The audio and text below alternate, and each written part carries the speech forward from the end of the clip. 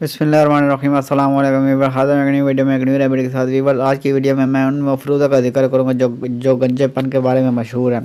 Weaver, remedy बयान करने से पहले मेरी आपसे दरख्वास्त है, अगर आप हमारे चैनल पर नए हैं तो हमारे चैनल को सब्सक्राइब कर दीजिए और साथ लगे बेल आइकन को प्रेस कर दीजिए ताकि हमारी आने वाली तमाम वीडियो तो आप तक बर वक्त पहुँच सकें। गंजेपन का इलाज एक ऐसा मसला है जिसने सदियों से साइंसदानों को परेशान कर रखा है और हर दौर में वो इस जस्तुजू में रहे हैं कि इस मसले का कोई हल निकाला जाए। यहाँ तक कि मशहूर यूनानी तिब्बी बुकराजी ने अपने वक्त का मजहबी एतकादात को साइंसी मुशाहदात की रोशनी में परखने की वजह से जदीद साइंस का जद अमजद कहा जाता है, वो भी गंजेपन के अमल को रोकने के तरीक़ों को आजमाते रहे। अगरचे अब हम बखूबी जानते हैं कि बालों का निज़ाम कैसे काम करता है और ये भी समझते हैं कि गंजेपन की वजूहत हमारी जीनियाती साख से लेकर मौसमी असरात तक कुछ भी हो सकती हैं, लेकिन अब भी बालों के झड़ने के हवाले से बहुत सी सुनी सुनाई बातें सुनने को मिलती हैं। इस हवाले से यूनिवर्सिटी ऑफ कैलिफोर्निया में बालों और सर की खाल के मसाइल के माहिर डॉक्टर कैरोलिन कहती हैं कि ज़रूरी नहीं कि गंजा होना कोई बुरी बात हो।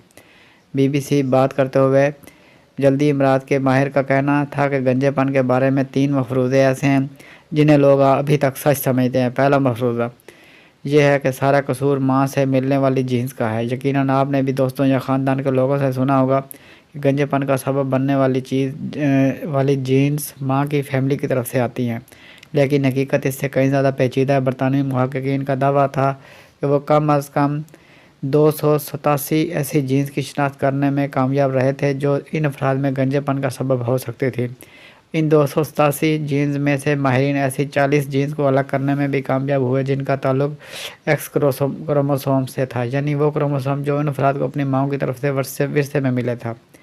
ये सच है कि सबसे ज़्यादा ताकतवर जीन्स माँ की तरफ से आती है, लेकिन चूँकि गंजेपन का सबब एक से ज़्यादा किस्म की जीन्स होती हैं और ये जीन्स दोनों तरफ से आ सकती हैं, लिहाजा गंजापन माँ और बाप दोनों तरफ से आ सकता है। यह समझने के लिए कि मर्दों की तरह उम्र के साथ साथ ख़वातीन के बाल क्यों नहीं ख़त्म हो जाते, इसके लिए इस मौरूसी अमल को समझना ज़रूरी है जिसे साइंसदान एंडोजेनिक एलोपेशिया कहते हैं। डॉक्टर कैरोलिन के मुताबिक इस किस्म गंजेपन या एलोपेशिया का सबब बनने वाली जीन्स मर्दों में ज़्यादा असर दिखाती हैं, जिसकी वजह मर्दों में पाए जाने वाले हार्मोन टेस्टोस्टेरोन का एक जुज़ है। ये चीज़ मर्दों और ख़वातीन दोनों में हो सकती है, लेकिन दोनों में फ़र्क होता है। अमूमन ख़वातीन गंजेपन का शिकार नहीं होती, इनके सर के ऊपर वाले हिस्से से कुछ बाल गिर जाते हैं।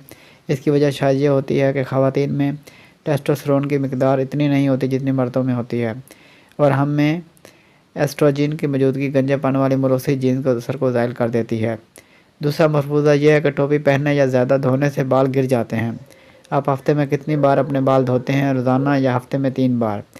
क्या आप हर वक्त टोपी या हैट पहने रखते हैं? इस बात का कोई सबूत नहीं कि टोपी पहने रखने से आप गंजे हो जाते हैं।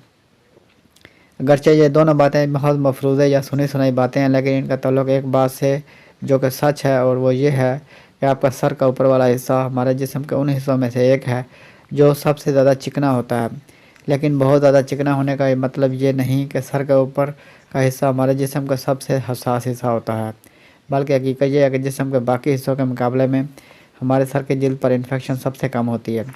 बालों के डॉक्टर्स के मुताबिक अगर आप बाल धोने के लिए ठीक चीज़ें इस्तेमाल कर रहे हैं तो रोज़ाना बाल धोने में भी कोई नुकसान नहीं होता है। अगर मौजूदा दौर की बात करें तो गंजेपन का मुकाबला करने के लिए कम अज़ कम 3 ऐसी तिब्बी हल मौजूद हैं। बाल गिरने की कीमियाई और जिस्मानी वजूहत इतनी मुख्तलिफ हो सकती हैं कि गंजेपन को रोकने का कोई भी मुतबादल तरीका 100% नताइज की ज़मानत नहीं देता, लेकिन ये तरीके बाल गिरने की रफ्तार को कम कर सकते हैं और बार सूरतों में इस अमल को उल्टा भी सकते हैं, यानी आपके बाल वापस शुरू हो सकते हैं। मिनोक्सिडिल एक कीमियाई मरकब है जो लोशन या झाग की शक्ल में मिलता है और इसे सर के ऊपरी हिस्से पर लगाया जाता है। इस हवाले से की जाने वाली कुछ गैर साइंसी तहकीक में ये भी देखा गया कि मिनोक्सिडिल की कैप्सूल खाने से कुछ ऐसे लोगों के बाल दोबारा से उग आए जो गंजपन का शिकार हो चुके थे। ताहम अभी तक मुतल्लिका इदारों की जानब से ऐसे कैप्सूल की शक्ल में फ़रोख्त करने की मंजूरी नहीं मिली।